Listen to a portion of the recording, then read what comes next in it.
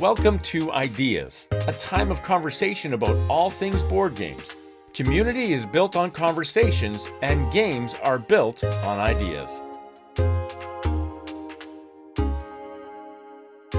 Hey, my name is Brent here on Cloudy with the Chance of Meeples. Today on the channel, another episode of Ideas, of course, community built on conversation, just like games are built on ideas.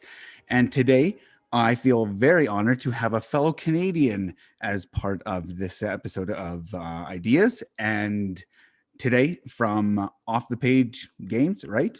We have Jay Cormier. How's it going, Jay? Super duper. Super. I guess I could say. Yeah, right.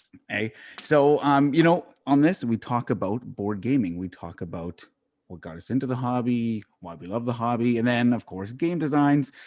And sometimes they stay here until you flesh them out. And so we're going to talk about that. So let's talk about your journey into board gaming. Let's say growing up, what did board gaming look like? And maybe what was one of your favorite games as a kid?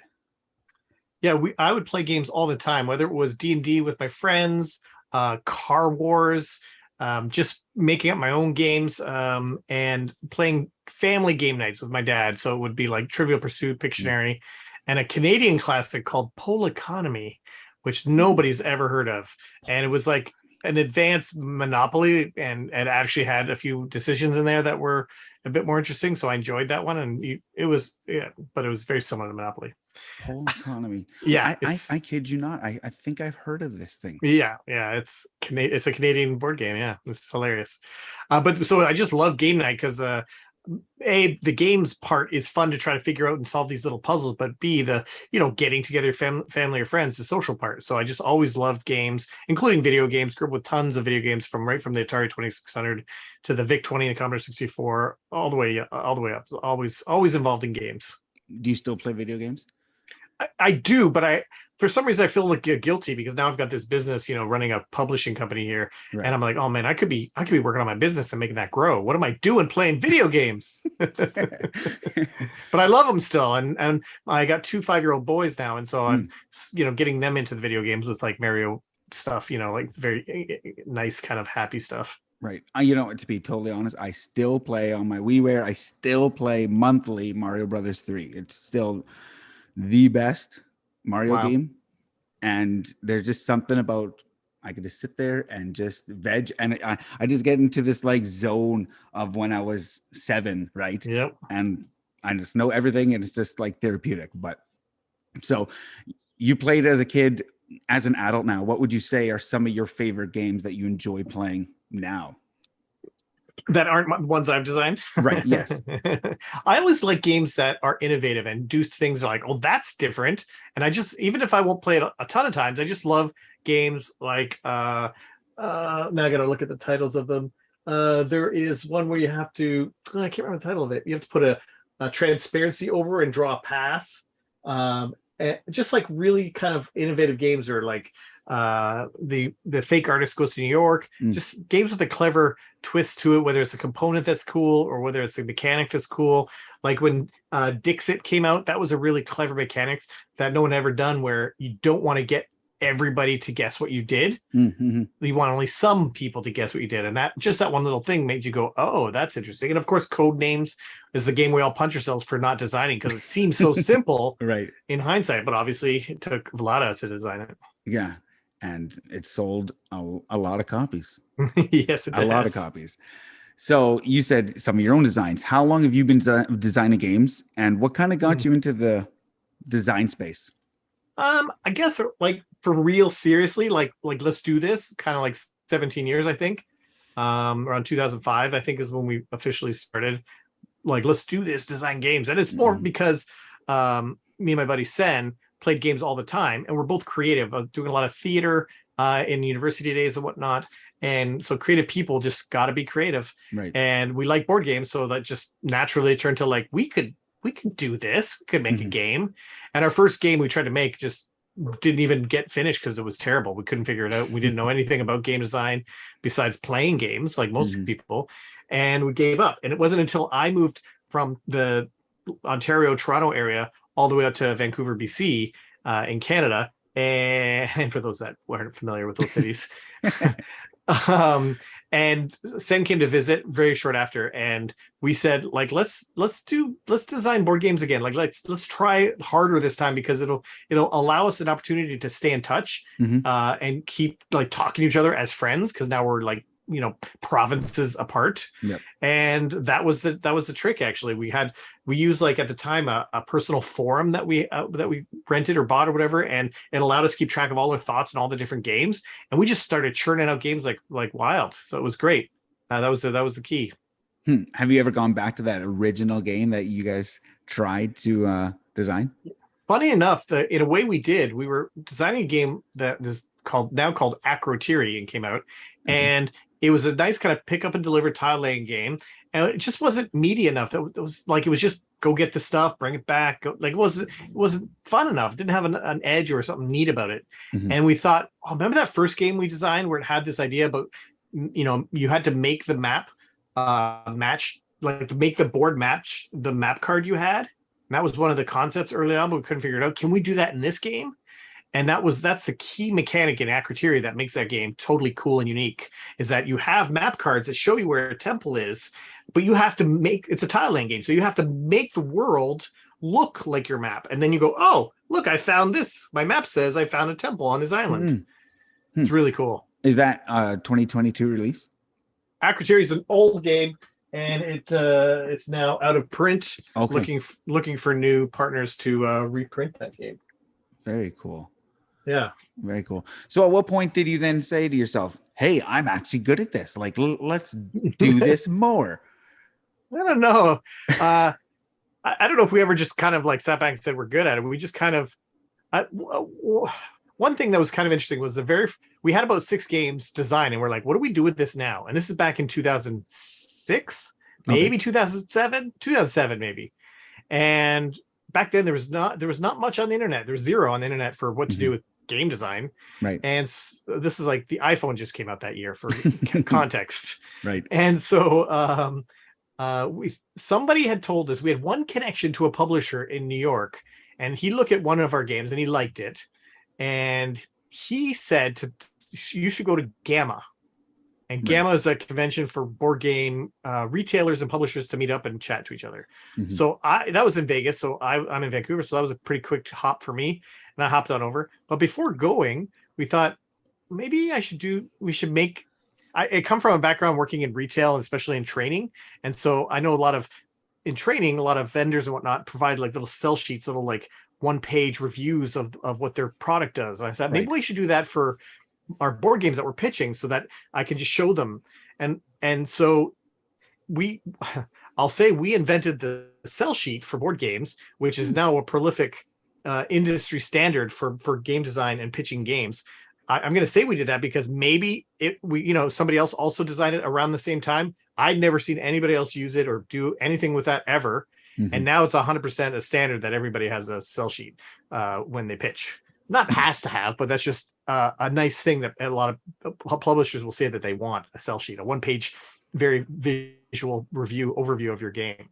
Being a publisher. And so when I brought those out, go ahead. Sorry, yeah. When I was there, I went and cold called. I went up to booths, just like no idea what I was doing. I just walk up to a booth and made sure there was nobody there, and I'm like, "Hey, are you looking at submissions right now?" And some of them would be like, "Meh." Like hoping I was actually a retailer that wanted to buy 14 cases of their games, right? Right. And they said, someone would say, "Sure, what do you got?" And I'd pull out these sell sheets, and immediately they perked up. They're like, "Oh, this person's serious. This is like a professional person." Is what the vibe I got. They like really paid attention, and I was a huge hit from then on. So that's at that point I felt kind of like, oh. And while that year every single one of the games we pitched got interest and got taken away by a publisher, none of them got signed that year. But the very next year went again to the same convention, and that's where we got our first game signed, was Belfort. Your first one is Belfort. Yeah, I see it there up there beside Mountain King and Mind Management.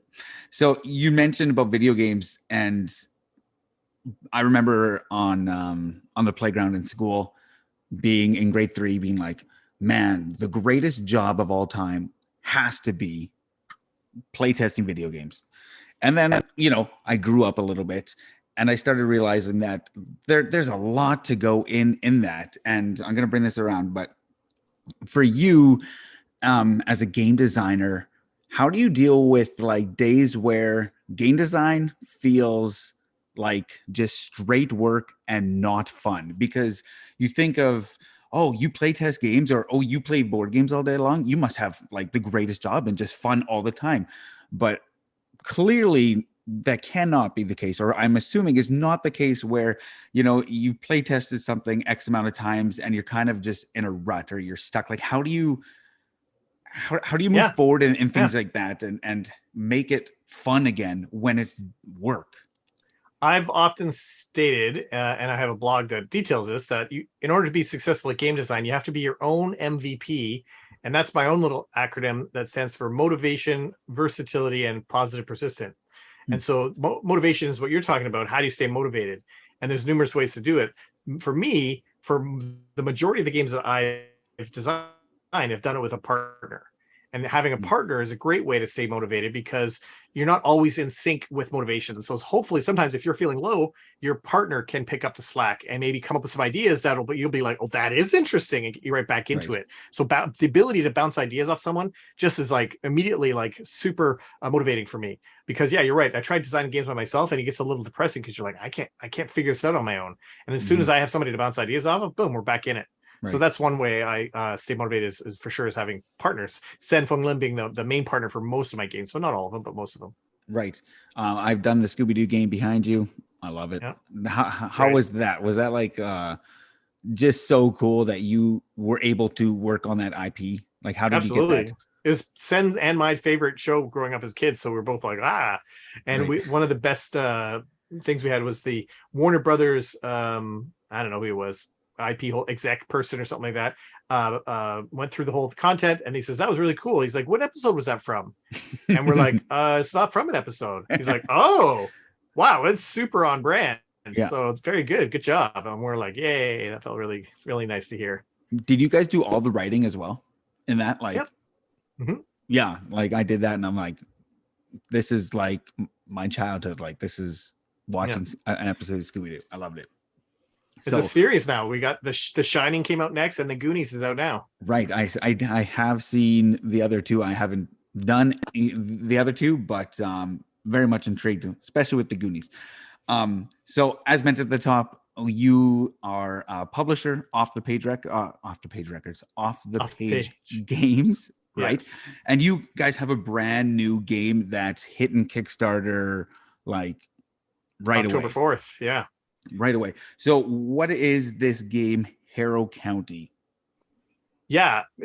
Can I do a little build up, a little lead up to how it came to be? So that was my next question. Our first game was Mind Management. Right. And that it came out and it did really well. I think on Kickstarter it did about $191,000, which is like, for a first time publisher, like, yay. But it had, it's based on a comic that is, most people have never heard of, but some people have heard of it a lot, and their favorite comics. But it did really well. And then the reviews started coming in, and the reviews they really liked it, and they started making a lot of top 10 lists for last year. Right. And then February 2nd, I know this date very specifically because Shut Up, Sit Down review came out for it. And they called it a masterpiece, and they loved it, and it went, bananas. And, if anything about them, that they have an effect on sales. And I, at that point, was absolutely sold out. Wow. And so I decided by right then and there, the next day, February 3rd, to start putting together another Kickstarter. And by February 8th, I had a second Kickstarter up and running for 10 days. And for an opportunity to get the deluxe edition again. And we did 782,000 on that one. So I went from a second print run that was going to be about 8,000 units, and now it's 28,000 units. So it's fantastic. So I probably have to do another print run right away after this. It's the demand is really high. And so then I'm thinking about what's going to be my second game. And I was thinking about this for a long time. And my whole company is based off of creator-owned comic books, is where I'm going to get my games from. And so, I'm trying to think of what comic to do. And I had a game that I had designed with a friend of mine, a different friend, not Sen, but a guy named Shad Miller. And it was at the time called Skirmishes. And we're like, I really like this game. And it had some nibbles and bites from some publishers, but never got picked up. And it was a really cool. I thought it was a very Kickstarter friendly type of game. Had, combat on it, and had, potential for meeples or minis or something. But it wasn't based on a comic. So I'm like, well, maybe I can find a comic that it could be based on. And I couldn't think of any of the oeuvre that I was familiar with. And so, but I was really enjoying Chris Schweitzer's art. I like his art. And so I actually got contact with him. He's a friend of Matt Kint, so I was able to get in contact with him. And I pitched him this concept of and we played the game and he liked it. And I said, now I know you don't have any comics that out now that we could use, but would you be interested in writing a brand new comic that would go along with this? Here's me pitching this guy, right? And he's like, I can't. I'm 6 comics deep right now that I'm deadlines on. I can't do it. But he said, I think this would fit really well in the Harrow County world. I'm like, oh, and I had never read it. I'm like, okay. So I went and dug into it and read the whole thing, boom. And I'm like, oh my gosh, this is amazing, amazing art, Tyler Crook. So I set up a meeting with those guys, pitched them the game, which at the time was very symmetrical. And you actually had to fight on 3 different maps at the same time. And you had to that was the game. You had to kind of divert your attention. Which map do you want to play on? Okay. And so we pitched the game and they liked it enough to go, yeah, let's do it. And so from then on, we started pouring Harrow County all over the game. Just wherever we could pour it, we poured it. And that meant really analyzing what would you want to be in a Harrow County game? What would have to exist for this to be of course, this is a Harrow County game because it has this and this and this. And immediately we started realizing that there are a couple different factions, if you want to call them that. There's Emmy and her friends, which we called the protectors that want to save Harrow County. But then there's the family, they're called, and they want to destroy Harrow County. And then you even have Emmy's twin sister, Cammy, who comes back into it, and she wants to not destroy it, not save it. She wants to rule over Harrow County. So there's 3 factions, let alone the witch that is buried under the tree in Harrow County. That's how the whole comic starts, is this dead witch buried on the tree. That the whole story is about her resurrection. And so can she somehow be in? And so immediately it started becoming more asymmetric. So much so that not only do you play asymmetry, but your objectives are different as well. What you're trying to do in the game is different for each of those factions that you're playing as. So you can either play as the protectors versus family versus Cammy, any of those as a 2-player game. Okay. Then we finally found a way to get Hester in the game, and Hester actually plays as a 3rd player only. So if you want to play 3 players, you're going to be playing as Hester, and she controls these roots, and these root tokens come up, and the roots are going through the board. And if they put a root on the same hex as one of your units, and you drop some cubes in, and a certain cubes come out of the cube tower, then she can infect those haints, and then when it's her turn, she can move infected haints around. When it's your turn, you can move your own haints around, but when it's her turn, she can move it, and it's wild. And one of the coolest things that are catching people's attention immediately about the game is that we use a cube tower to resolve combat. Have you ever played a game with a cube tower? Like a dice tower or similar? No, it is not. That's why I wanted to clarify. So Amerigo, Shogun, Wallenstein are the 3 that come to mind. Okay. A cube tower is you drop them in, but there are ledges and holes and inside, so that some of the cubes stay on the ledges and some come out. And it's a nice randomizer. And so the next time you put cubes in, it'll jostle some of those other ones free, and you'll never know what's coming out. Right. Sometimes you none of your cubes come out for a while, and then on the last attack, all your cubes come out, and you have a big massive attack. It's really surprising, and it's a nice self-balancing attack concept, which is wonderful. And so we figured out a way to actually put the cube tower into the actual game box. So you actually put the cubes in here, and they come out the front here, which is super cool, because this is the tree that not only was Hester hung from this tree and is buried under this tree, as you can see right there. Okay. Yeah.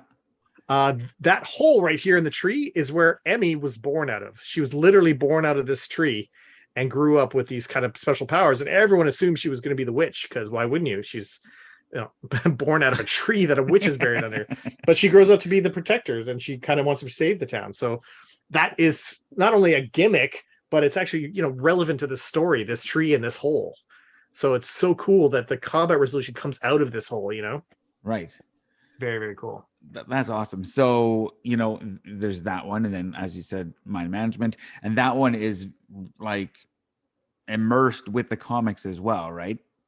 And yeah. I've seen on my local game store, kind of the UV coating and just all that stuff. And I love it how you're just really looking at these things almost as in an art form as well. Like they are games, but you're bringing in like all these subtle things that, you know, people a year from now may find that game Harrow County retail and be like, oh, that's cool. But then when they start looking into the graphic novels, they're then seeing all these ties. And I don't know, I'm just saying that's really cool. It's kind of like, I don't know, I'm a big music guy. And so I love hearing and finding out these like neat little connections. Oh, that band, they toured with that band and they played on that song. And so you're kind of doing the same thing in the mixing or bridging graphic novels with gaming. And one thing I'm really proud of is that currently both these games have motivated people to go out and read these comics, which is to me really awesome, and I think helps me attract new comic book creators to want to make board games. I've had two, I'm going to say high profile comic book creators come to me because of the success of Mind Management and asked to make a board game based on their comic, and I'm like, wow, that's amazing. So we've got games lined up after this. Sweet. Is one of them for Tintin? Because let's be honest, we need a good Tintin game. I don't know. If you look at the age group of Mind Management comic and the Harrow County comic, it's probably not a Tintin type of demographic I'm going for. I think Ravensburger or Ravensburger, whatever, did a Tintin game back in the 80s. I'm sure it was absolutely terrible, but that's an IP I would love to see in a game. Like I wish I could tell you the IPs that I'm in negotiations with, but I don't want to jinx it. No, absolutely. So you're running this Kickstarter. I'm going to move a little bit to Kickstarter as well, because you said you did one and then a couple days later you did another one. And now you're just, when this video is going up, you're going to be running this. I don't think many people know how stressful is it running a Kickstarter. It is. Like during the campaign, before the campaign, after, it's all stressful. It's more stressful before the campaign than during. I find. Well, it depends. I mean, I was lucky enough to have a successful Kickstarter twice for Mind Management, so that was less stressful to see them. The backers come in on day one. That's like, oh, this is great. So it felt really good. So it was less stressful. It was more exciting. But it's stressful leading up to. Actually, it's stressful leading up to getting your first reviews/previews back from your content creators that you sent your boxes to, the samples, because I'm sitting there going, man, I'm so removed at this point, because this is the first time being a publisher for Mind Management. I've been a designer all the years, now I'm a publisher, and so by this point I'm so far removed from playing the game, because now I'm just in publisher mode, getting all the ducks in a row and figuring all the logistics out, that I'm like, by the time the game is going up on Kickstarter, I'm trying to remember, is this a good game? Like I loved it at one point. Is it still, like, I can't, and then you start hearing the reviews and people saying it's their favorite hidden movement game of all time. I'm like, oh my God, this. I literally teared up when Rados was the first review I got, and he said that in his review, this is my favorite hidden movement game of all time. I'm like, oh my God. It was just like a huge release of like, oh, because then it was like, because it's a little affirmation. They're like, yes, don't worry, it's a good game. I'm like, oh, thank goodness. So I still have a bit of that nervousness right now for Harrow County, but some of the reviews are already coming back in, and the buzz is all great. So I'm less worried. Do you ever get like you send stuff out to content creators and then they are like, meh, it's meh? Like what do you do with that? Do you then still, like, whether it was a paid preview or whatever, or if it was just like a I guess preview, do you still put those up, or like what do you do with that as a publisher? The paid ones, the paid previews, their job is to review the rules, maybe play the game, but they don't have to say they like it. Okay. And they wouldn't say they don't like it, because they're being paid, this is a job, but they're trying to explain the rules and how the game plays. Oftentimes they will say their opinion, because if they like it, because they want to help out, and they're like, yeah, this was really cool, I love this part of the game, or whatever. Or they'll say something positive and spin it. Even if they didn't love it, they'll say what they liked about it. You know what I mean? And for Mind Management, I had one content creator, fortunately didn't charge money for that one, and they didn't like it, and they said this is the worst Kickstarter game they've ever had to play or demo. And I had to, I'm like, oh wow, okay. I had to ask questions, like, just to make sure you play it right. And I found out they did not play it right. And I kind of like blamed the fact that I did not hire a rules editor before sending out the game to get played by reviewers. And so they misinterpreted my very poorly written rules. Okay. And but by that time the damage was already done, and they couldn't see the forest for the trees at that point, and they just thought it was so broken. And that got me a little concerned. I immediately hired a rules editor to go through the rules, and an unbelievable change. And I'm like, wow, I find myself good at English and grammar and writing, but like writing rules is a whole different level. It's a whole different level of consistency and clarity. That it's a very unique skill set, and so that's something I had to do. Yeah, did I answer your question? Yeah. Okay. Totally. And so, you say you've been designing for many games. For you, if someone will come to you and say, Jay, what do I need? Like, do you have tips on board game design? Like, what do you say? What would you say? I have a couple of tips. One, after encouraging tips. Yeah. After this campaign is done, so in November, I'm currently, it's in beta phase, so it actually exists and is out there now, but I'll officially launch the Fail Faster game design program. Okay. And so I've designed a online video game design school as part of the Fail Faster. I'm not sure if you're familiar with that, but I designed the Fail Faster playtesting journal that was also on Kickstarter. And so using that brand, I designed this whole online game design course. The first course, which is about 5.5 hours of small little video snippets that takes you through game design so that you will design your very own roll and write game. And we call that the intro to game design, and that's that. And then there's I have it all written. I haven't recorded any of them. For the next course after that is a deeper dive into more advanced mechanisms of game design and tools that you need to be a game designer. So I would recommend that, I guess, as a tip for game designers, is check out the Fail Faster thing once I launch it in a month. Very cool. Very cool. Wow. I know, like you said, there's quite a bit of us. I've been following a little bit of what you've been posting through Off the Page with Harrow County, and of course, hitting Kickstarter, and just the integration is really, really cool. And so where can someone get more information on your company, what you do, Harrow County, yada, yada, yada? Yeah, basically Off the Page Games on any social media platform, Twitter, Instagram, Facebook, even YouTube. You can look up Off the Page Games and there's something there. Or offthepagegames.com. We'll have a link there where you can follow along for the launch of Harrow County, which by the time this comes out, I think it'll be like tomorrow or something when it launches. Yeah. So just be there. Be there tomorrow morning when we launch. Do you know what time is that? Yeah, I'm trying to confirm it. I have twin 5-year-old boys, so I'm trying to make sure that they can be taken care of, and I can. So I'm trying to do it as early as possible. I'm trying to aim for 7 a.m. PST, so 10 a.m. EST. 10 p.m. or 10 a.m. a.m. EST. Yeah, that's what I'm aiming for. Perfect. I think I could do it. I think I could do that. Well, I'm perfect. I'm looking forward to seeing how this Kickstarter rolls, and the reviews coming in and all that stuff. So thank you. I just want to thank you for taking the time to chat about game design and just give some nice pointers and just an encouraging story, because often you hear, I'm running into a wall, or this or that. But to see you have done so much for the board gaming hobby and stuff, looking at the wall behind you, a lot of them are your designs.